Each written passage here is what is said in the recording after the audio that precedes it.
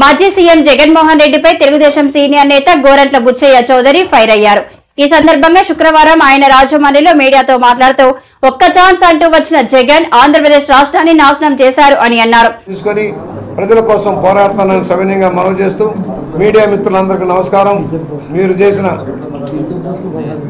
చెప్పాను ఇవాళ ఒకటి అర్హత ప్రాతిపదికగా గతంలో కూడా తెలుగుదేశం హయాంలో మెరిట్ ప్రాతిపదికగా నిర్ణయాలు జరిగినాయి.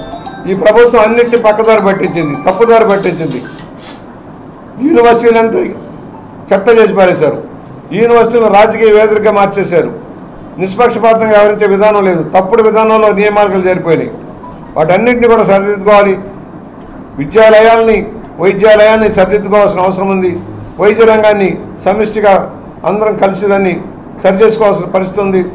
విద్యా వైద్య రంగాన్ని నిర్వీర్యం చేశాడు జగన్మోహన్ రెడ్డి. వాటన్నింటినీ మళ్ళా పట్టాలు ఎక్కిస్తామని సవినయంగా మనవి చేస్తా ఉన్నాం.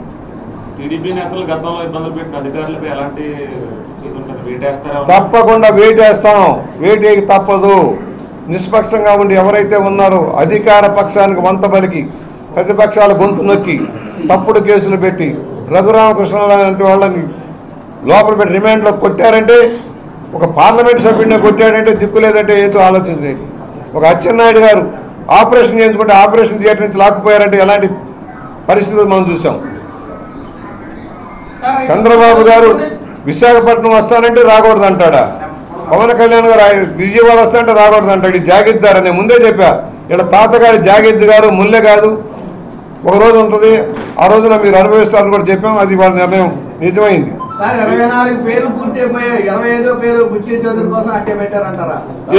ఏం కాదండి, దాని గురించి ఆలోచించొద్దండి. 7 సార్లు మీరు గెలిచారు, అందరూ ఆశించారు. ఈసారి తప్పేం లేదండి. అనుభవం వ్యక్తి సమర్థంగా ప్రభుత్వానికి కష్టకాలంలో కూడా ఎదురించి మొన్నటి ఎన్నికల్లో గెలిచిన వ్యక్తి ఈసారి మంత్రి పదవి వస్తుందని చాలా మంది ఆశపడ్డారు. వాళ్ళందరూ నిరాశపడ్డారు. సరే, తప్పేముంది. ప్రభుత్వం వాళ్ళ ప్రయారిటీస్ ఉంటాయి, ఈక్వేషన్లు ఉంటాయి, సర్దుబాట్లు ఉంటాయి. దాని గురించి మనం మాట్లాడుకోవాలా. నేను ఆశించాను, మీరు ఆశించారు, అనేక మంది లక్షలాది మంది మిత్రులు ఆశించారు. సరే, 42 ఏళ్ళుగా ఏ పదవి ఉన్నా లేకపోయినా ఎమ్మెల్యేగా ఆ గుర్తింపు చాలు. బుచ్చి అనేవాడికి ఒక గుర్తింపు ఉంది రాష్ట్రంలోనూ, దేశంలోనూ, ఎక్కడైనా. ఇది దేశ విదేశాల్లో. దాని ప్రకారం పని చేసుకుంటూ వెళ్ళిపోతాం. పదవి ఉంటేనే పని చేస్తాం, పదవి లేకపోతే పని. ఎమ్మెల్యే పదవే కదా, ఆ పదవి ద్వారా పని చేస్తాం. అధికారంలో రాగానే వైసీపీ నేతలపై దాడులకు పాల్పడుతున్నారని చెప్పేసి టీడీపీ వాళ్ళు ఆరోపణలు చేస్తారు. అరే, నిన్న మొన్న సంఘటనలు చూశారు. తెలుగుదేశం వాళ్ళని సావగొట్టారు కదా. సావగొట్టినేమో తెలుగుదేశం వాళ్ళ బూతులు తిట్టారు. వాళ్ళు సంఖలో పెట్టుకుని ఊరేగిన జగన్మోహన్ రెడ్డి నీతులు చెప్తాడా? తాడేపల్లి ప్రజల్లోకి వచ్చావా? మంచిదేనే, రాళ్ళు చెప్పులు వేస్తారు అంతే. నువ్వు చేసే నిర్వాహానికి రాళ్ళు చెప్పులు పడతాయి. ఆయన ఎక్కడుంటాడు? 5 ఏళ్ళకి జైల్లో ఉంటాడు. చెంచల్గూడ జైల్లో, రాజమండ్రి సెంట్రల్ జైల్లో ఉంటాడు. తెలియదు కదా. తండ్రి నట్టు పెట్టుకుని దోచింది కొంత అయితే, ఈ 5 ఏళ్ళలో దోచుకుంది 10 రెట్లు ఎక్కువ. వీటన్నిటి మీద సమగ్ర విచారణ జరుగుతుంది. శిక్ష తప్పదు, దోషులకు శిక్ష తప్పదు. దానిలో జగన్మోహన్ రెడ్డి హత్యా రాజకీయాలకు పాల్పడ్డ వ్యక్తి, దోపిడీకి పాల్పడ్డ వ్యక్తి ఇంకా ప్రధాన అర్హుడు శిక్షకి. గోదావరి జిల్లాలో అధికారంలోకి రావడం కూటమి చాలా కష్టపడ్డారు. గోదావరి జిల్లాల మీద ఎక్కువ ప్రజలు ఫోకస్ పెట్టారు. అలాంటి గోదావరి జిల్లాలో చాలా మందికి మంత్రి పదవులు దక్కలేదు. యువ నాయకులకు సంబంధించి సుభాష్ కానివచ్చు, లేదంటే కొత్తగా ఇప్పుడు దుర్గేష్ కానివచ్చు, అలాంటి వచ్చినట్టు అంటే సీనియర్లకి మిత్రపక్షాల ధర్మం, మిత్ర ధర్మంలో సీట్లు సర్దుబాటు, మంత్రి పదవుల సర్దుబాటు. ఎందుకంటే బీజేపీ, జనసేన, తెలుగుదేశం కలిసింది. కొంత సర్దుబాట్లు తప్పదు, సామాజిక ఈక్వేషన్లు తప్పదు. దాని గురించి మనం మాట్లాడేది ఏం లేదు, దాని గురించి పట్టించుకునే పని లేదు. నా వరకు నేను ఆశించాను, ఓ గుర్తింపు వస్తుంది, ఈ ఆఖరి గుర్తింపు వస్తుంది. ఇప్పుడు లేకపోతే ఏమైంది? ఇదివరకు పదవి ఉంటేనే పని చేశాను, పని లేనప్పుడు పని చేయలేదా? రాజమండ్రిలో 4 సార్లు ఏ పదవి ఉండి పని చేశాను, దూరంలో 3 సార్లు ఏ పదవి ఉండి పని చేశాను. పదవులు కాదండి, పని చేద్దాం. ఒకటి కొన్ని వెసులుబాట్లు ఉంటాయి, కొన్ని వెసులుబాట్లు ఉండవు. దాని గురించి నేను పెద్దగా మాట్లాడతాను. ఢిల్లీలో ఇప్పుడు చక్రం తిప్పే అవకాశం చంద్రబాబు నాయుడు గారికి వచ్చింది. ఈ పరిస్థితుల్లోనే సరే ప్రత్యేక హోదా కానీ, ఉక్కు ఫ్యాక్టరీ విషయం కానీ, ఇతర సమస్యలన్నీ రాష్ట్రానికి తీరే అవకాశం ఉంది. అది మాట్లాడతారు. అయ్యా, నిన్నటిదాకా నోరు మెదపని వాళ్ళు ఇవాళ నోరు మెదుపుతారు. పరోక్షంగా ప్రత్యక్షంగా సపోర్ట్ చేస్తారు.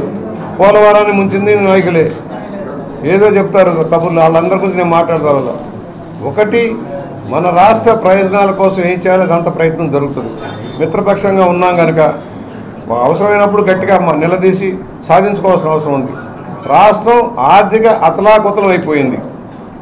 ఏ కార్యక్రమం చేయాలన్నా నిధులు కావాలి, పరిశ్రమలు రావాలంటే ఒక కాన్ఫిడెన్స్ క్రియేట్ కావాలి. ముందుగా రాజధాని నిర్మాణం, పోలవరం లాంటి ప్రాజెక్టుల నిర్మాణం పూర్తి కావాలి. దానికి కేంద్ర సహకారం అడిగారు, ఇస్తానన్నారు. సాధిద్దాం. ప్యాకేజ్ ఇస్తారా? ఈ గతంలో ఇస్తానన్న ప్యాకేజీని సాధించుకోవాలి. 10 ఏళ్ళు అయిపోయింది ఆల్రెడీ. అయినా కూడా వెనుకబడ్డ రాష్ట్రంగా, బీమార్ రాష్ట్రంగా మిగిలిపోకుండా ఉండాలంటే కేంద్ర సహకారం అవసరం. దానికోసమే కలిసాం. ఇవాళ త్యాగాలు చేసేది కూడా దానికోసమే, రాష్ట్రం కోసమే. ఎవరైనా త్యాగాలు చేసినా రాష్ట్రం కోసమే. అందువల్ల తప్పకుండా కేంద్ర సహకారం తీసుకొని రాష్ట్రానికి అవసరమైనంత మేరకు కూడా సాధించుకోవడం కోసం ప్రయత్నం చేస్తాం. ఆంధ్రప్రదేశ్ లో తెలంగాణ నుంచి ఏపీకి రావాల్సి చాలా ఉన్నాయి. జగన్మోహన్ రెడ్డి తెచ్చుకోలేకపోయారు. ఇప్పటికైనా గతంలో టీడీపీలో ఉన్నది కేసీఆర్, జగన్మోహన్ రెడ్డి కలిసి ప్రయాణం చేశారు. మనకి రాష్ట్రాన్ని తాకట్టు పెట్టాడు జగన్మోహన్ రెడ్డి, తన పదవి కోసం, తన కేసు నుంచి బయటపడటం కోసం. ఇవాళ అలా లేదు. ఇవాళ అక్కడ కాంగ్రెస్ అధికారంలో ఉన్న రేవంత్ రెడ్డి గారు కూడా కలిసి మనం సరిదిద్దు